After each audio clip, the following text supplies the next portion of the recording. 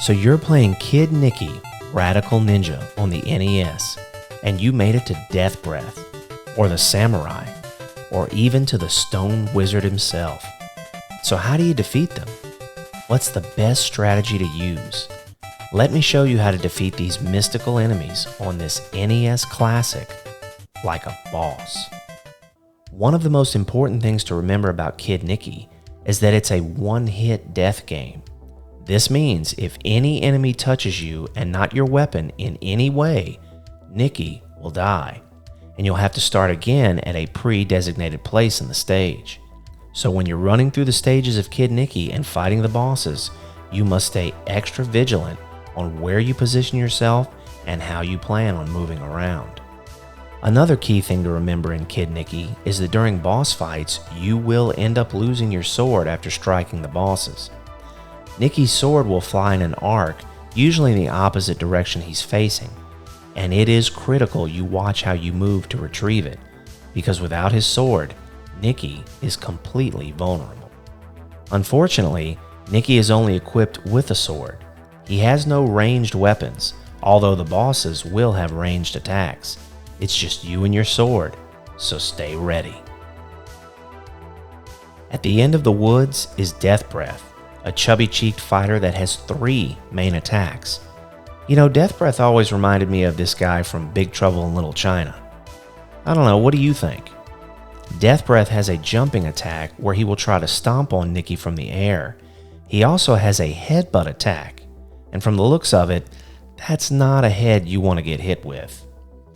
Death Breath's third attack is his namesake. He will bellow out a cloud of his breath, but ironically, this is the only attack of his that won't kill you. His breath attack will stun Niki, pushing him away and setting him up for a more physical attack. Now earlier I talked about how Niki will lose his sword when he strikes bosses. When you strike a boss, sometimes the strike may not land where it actually hurts the boss, but you will still lose your sword. This is where it's important to make sure that when you strike a boss in Kid Niki, you make it count, because you do not want to waste time going after your sword on hits that didn't affect the boss. When you successfully hit a boss in Kid Niki, the boss will emote that they've been struck, and there will be a special sound that your strike was dead on. With Death Breath, your best strategy is to wait until he jumps in the air, and as he's coming down to land on you, swing your sword so it strikes his foot. This will knock him back and stun him, giving you time to retrieve your sword and get back into position. Stay away from his headbutt attacks and breath, and just wait for him to jump. 5 successful hits on Death Breath should take him out for good. At the end of the path is Spike, a mace-wielding gray guy that comes out swinging. This fight requires you to act quickly because Spike's mace covers a large area and he makes a beeline right at you as soon as you enter the cemetery. The advantage you'll have over Spike's large weapon is that the mace is so long you can actually run underneath the ball part of it as it is swinging overhead. When you first hit Spike, you'll lose your sword and he will be stunned. By the time you retrieve your sword, Spike will have recovered and he'll be running at you again. When he is almost right next to you with his mace overhead, strike him and immediately turn to retrieve your sword. You need to be able to grab your sword and turn back around to hit Spike again within the short window of time that he is stunned. The first hit on Spike is free, but the next 4 to finish him off will take some critical timing. At the end of the cliffs is the Horned Witch. This mystical lady never touches the ground and tries to use this ability to take advantage of you. When the fight starts, the Horned Witch will immediately head straight towards you, just like Spike did. When she's advancing, you need to meet her halfway and hit her. When you strike the witch, she will split into 2 smaller versions of herself, and these 2 versions will divide into even smaller witches when struck. Now, this is where I've got a problem with the witch, because even though you want to avoid getting touched by any version of her, it seems that the tiny versions of her that swirl around may just pass through you, leaving you unharmed, but you still need to hit them with your sword.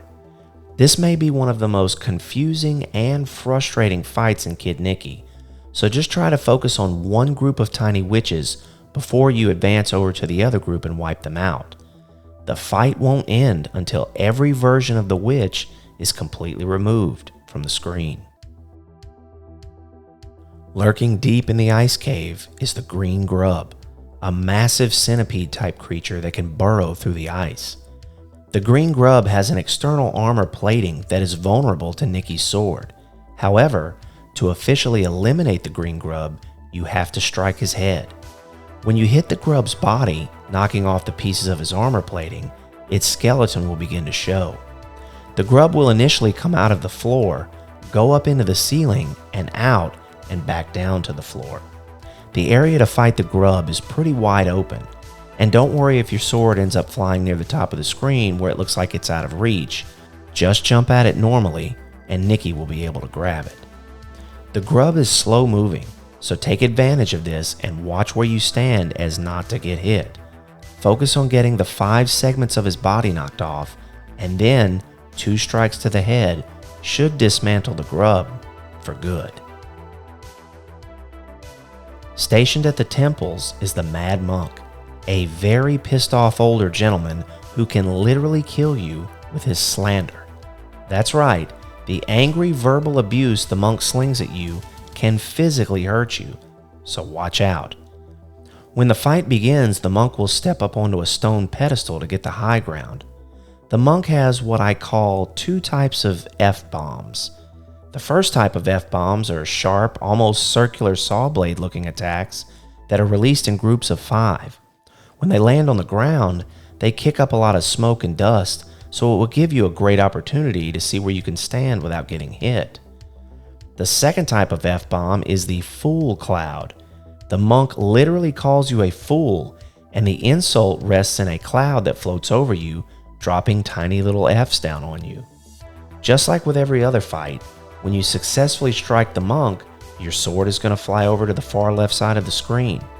You need to be very careful retrieving it because the monk is going to continue his attacks. If you run right up to the monk at the beginning of the fight, you can score a first hit on him, and if you're quick enough, you can take him out like you did with Spike. This does take some practice, but if you don't want to get cussed out by an old monk, it might be worth practicing. 5 direct hits will shut that monk's potty mouth up for good. Waiting for you at the castle gate is the Samurai Guard. He is the most armored boss in all of Kid Niki and has a weapon big enough to slice you in half.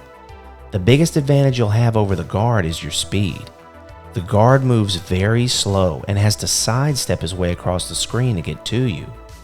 The guard uses his weapon to block attacks from your sword, which means when you swing your sword at the guard, not only will you lose your weapon, but he will lose his. Just like Niki, the guard will have to step over to his weapon to retrieve it, and this is where you have to take advantage of that. When the fight begins, let the guard step all the way over to you, and when he's almost right next to you, strike him and make him drop his weapon. When you've got your sword back, you need to turn and hit the guard while he's in the middle of picking his weapon up. This is when he's at his most vulnerable, and you can cycle these moves over and over again until he's defeated. This is similar to your fight with Spike, but at a slower and more manageable pace. 5 direct hits to the guard will put him down for good. Inside the palace is the Stone Wizard. He's holding your lady captive and stands atop a series of ornate steps. His primary attack is a series of fireballs that come out of his mouth, and he doesn't move from the area he's standing in. When you first enter the wizard's chamber, he'll spit out a series of fireballs, but if you can strike him and retrieve your sword and get back up the steps quick enough, he won't have time to attack again, and you can keep striking him until he's finished. 5 strikes to his head will finish him and free your lady. But unfortunately, that fight was just the beginning. You see, you didn't actually defeat the Stone Wizard. You just pissed him off enough to have him teleport to the roof of his palace, where you will have to traverse to and fight him again. This time, however, you're on level ground, and you'll want to watch how his fireballs come out and where they land to make sure you don't get burned. The second time you fight the stone wizard, just 2 hits to his head will finish him, but he will transform into this weird flying Beetlejuice head and you'll have to go after him. After jumping across some clouds and fighting whatever the hell these are, you'll encounter the wizard a 3rd time and he'll have one of those Beetlejuice heads running defense for him. Stay focused on his fireballs, and when it's time to retrieve your sword, watch the head. After striking him twice in the head again, he'll escape again, and your chase continues. After more cloud jumping, you'll face the stone wizard a 4th time. This time, he's got the high ground on a cloud, and you'll have to contend with these dark bubbles floating up from the palace below. Just 2 hits will have him flying off again, so be ready to do some more running. You'll have your 5th and final encounter on level ground with the wizard, and just 2 hits to the head should send him off the palace roof to his final resting place. So that's how you defeat the bosses of Kid Niki like a boss. Share your Kid Niki strategies and stories with us in the comments below. I'd love to read about them.